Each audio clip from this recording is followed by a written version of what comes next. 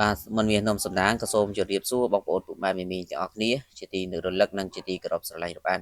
បាទសម្រាប់ថ្ងៃទី20ខែ1ឆ្នាំ2026នេះមុនមាសក៏បានធ្វើការពំនាំនៅតម្រិយលេខឆ្នោតយួនដើម្បីយកមកធ្វើការចែកជូនទៅកាន់បងប្អូនពុកម៉ែមីទាំងអស់គ្នាសម្រាប់កំសាន្តចឹងបងប្អូនកុំភ្លេចជួយចុច follow page ចុច like ជាសៀទាំងអស់គ្នា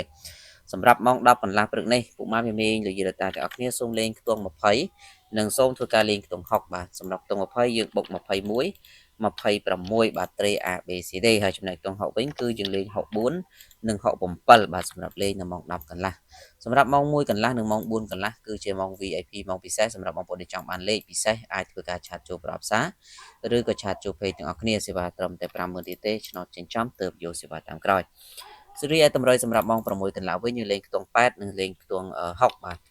បាទសម្រាប់ខ្ទង់8នេះគឺពុកម៉ែមីសូមយក84 86បាទ84 86ហើយចំណែកខ្ទង់60យើងលេង61